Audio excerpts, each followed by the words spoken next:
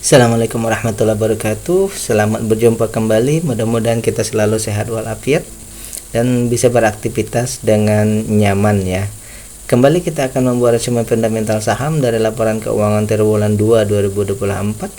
Hari ini tanggal 4 bulan September 2024 ya. Kita akan membahas Tekim dan Jaya ya, dipandang dari sudut fundamental khususnya dari value investing ya. Analisa ini adalah bahan pertimbangan tambahan, bukan perintah untuk melakukan aksi beli atau jual ya. Ini adalah bahan edukasi, sehingga apa yang kita bahas ini adalah bukan untuk melebih-lebihkan atau menjelek-jelekkan sebuah emiten ya. Baik, yang pertama kita akan membahas Tekim, pabrik kertas Ciwi Kimia. Ini sudah jelas ya, pabrik kertas ya. Kita punya satu data ya di triwulan 2 ya, yaitu keuntungannya sebesar 12,25%, sudah masuk kriteria berarti ya. Kemudian dari segi harga dibandingkan nilai bukunya, sekarang ada diskonnya 46%, berarti dari harga sekarang misalnya menuju ke nilai dasar perusahaan itu ada sekitar 92% ya, 92%, hampir beggar kalau memang dia langsung dari sekarang menuju ke nilai bukunya. Tapi kalau bertahap, tapi di sini ada kemungkinan menuju beggar ya, itu yang pertama.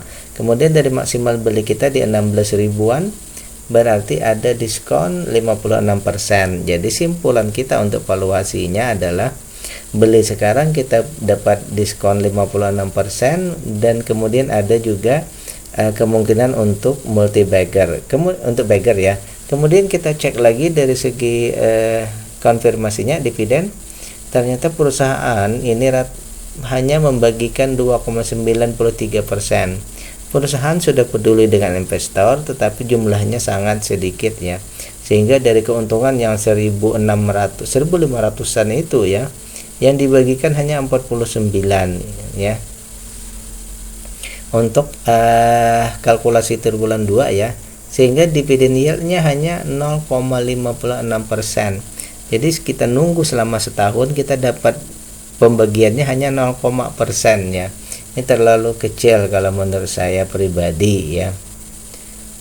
Tapi bagi Anda yang melihat ini dari segi valuasinya, ini mungkin murah ya, tapi bagi kita yang melihat keduanya masih perlu nanti menunggu berikutnya. Kemudian dari segi aset lancar, ini dari segi ketahanannya sudah di atas 0, tetapi masih di bawah 5% ya. Agak riskan juga sih sebenarnya ya. Kayak kita kasih gini saja. Baik, dari segi hutang itu semuanya di bawah 50%, aman. Kemudian saham yang ada di bursa juga hanya 28%, dan itu pun semuanya non warkat, semuanya masyarakat non warkat ya. Berarti perusahaan tidak bertrading ya. Di sini memang murni istilahnya apa yang ada di bursa itu hanya yang di IPO-kan saja ya. Jadi simpulan kita untuk perusahaan ini adalah ya, ini datanya agak ya, dari segi keuntungan oke, berarti valuasi murah juga, sangat besar. Berarti di sini concern kita hanya satu saja lagi, di PR ya. Dividen PR ratio-nya harus tidak di angka situ. Misal ya, kalau memang sangat peduli dengan investor, kita coba 30, maka dia sudah memenuhi kriteria kita ya. Jadi kita tunggu saja nanti gerakan dari perusahaan, apakah mereka mau membagikan dividen sebesar itu ya. Yang saya tahu bahwa perusahaan ini selalu membagikan kecil-kecil terus ya, di angka yang sangat kecil kalau menurut saya pribadi ya. Baik, ya rata-rata mereka sebenarnya untuk perusahaan ini ya, mereka malah membagikan dividennya itu setara Rp25. Jadi tidak berdasarkan persen, malah nanti munculnya 25 ya, seperti itu. Mungkin nanti ini kalau memang dia data seperti ini, bisa saja nanti dia akan hanya menjadi 1% di sini ya. karena di sini nanti menjadi Rp25 berarti ya, kemungkinan seperti itu. Jadi concern kita berikutnya selalu kita hanya menunggu satu saja lagi, dividen payout ratio-nya ya. Baik, yang kedua kita membahas Jaya, Armada Berjaya Trans ya. Ini jelas berarti ya, layanan jasa transportasi ya, transportasi darat nih kayaknya ya. Baik, kita punya data bahwa keuntungannya di triwulan 2 ini 6% ya, 6,6, berarti masih di bawah 10% ya. Berarti secara pribadi saya menyatakan ini istilahnya kurang dari 10% ya. Kemudian yang kedua, kita membandingkan dengan nilai buku purutnya ya, harga dibandingkan nilai buku ada 28% ya. 28% rentangnya, berarti dari harga sekarang menuju ke nilai bukunya itu sekitar 56% ya.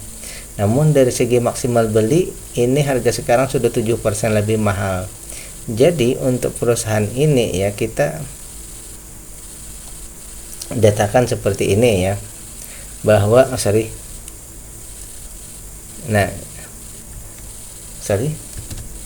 bahwa perusahaan ini ya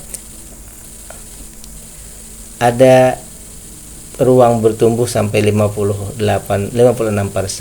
tetapi beli sekarang sudah lebih mahal 7%. Kita mengeluarkan dana lebih 7% dari seharusnya ya. Kemudian dari segi dividen sudah memenuhi kriteria, namun dividen yield-nya ini masih tergolong di atas sih, sudah dari inflasi tapi di bawah 5% ya. Baik, itu yang pertama dulu ya. Jika Anda menemukan bahwa pembahasan kita ini bermanfaat, jangan lupa untuk klik like, subscribe, dan share ya. Bagi Anda juga yang ingin memberikan kontribusi terhadap pembahasan kita, silahkan transfer ke nomor rekening yang tertera ya. Kemudian saya juga sudah membuatkan playlist untuk triwulan 2 2024, sudah saya letakkan di deskripsi, silahkan cek di situ untuk melihat saham-saham yang sudah saya bahas ya. Baik, kemudian kita ngecek dari segi ketahanannya ya, di sini bahwa free cash flow-nya 25% yang sangat besar ya. Hutangnya di sini rata-rata masih di 50%-an saja, berarti aman ya. Kemudian semua saham ada di bursa ya. Ini dari segi pengendalian semua saham ada di bursa ya. Namun dari 100% itu 28% saja yang ada di masyarakat, berarti termasuk tergolong kategori aman ya. Baik, kita buat simpulan sementara ya untuk perusahaan ini. Kalau menurut opini saya ya, bahwa tadi keuntungannya kan kurang dari 10%, berarti concern pertama kita harus mengecek di triwulan berikutnya apakah nanti IPS-nya ini nanti lebih dari 10%, itu yang pertama. Kemudian yang kedua, di sini dari segi harga dia valuasinya masih mahal sedikit saja ya. Jadi nanti mungkin kita menunggu harganya lebih turun sedikit ya. Jadi harga juga masuk dalam pembahasan kita ya. Kemudian dari segi dividen saya tidak memasukkannya sebagai yang concern, karena untuk dividen ini DPR-nya sudah besar, berarti di sini permasalahannya di harga tadi ya. Jadi kita menunggu harganya, pertama harganya naik ya, yang kedua dividennya harganya turun, yang kedua EPS-nya menaik. Ini misal EPS-nya 10% ya, 159 bukan 15,9 misalnya. Nah, valuasinya sudah menjadi murah ya. Cukup dengan perusahaannya tidak sampai 10%, hanya 9% saja, maka valuasinya sudah menjadi murah dan DPR-nya menjadi besar ya. Dividen yield-nya menjadi besar. Jadi mungkin di sini yang pertama tadi IPS-nya meningkat sehingga keuntungannya sekitar 10%. Yang kedua harganya ya, apalagi kalau harganya bertahan atau turun semakin bagus lagi ya. Oke, demikian pembahasan kita untuk dua saham ya. Yang pertama Tekim dan kedua Jaya. Sekali lagi ini bukan perintah untuk melakukan aksi beli atau jual, ini adalah bahan pertimbangan tambahan. Assalamualaikum warahmatullahi wabarakatuh.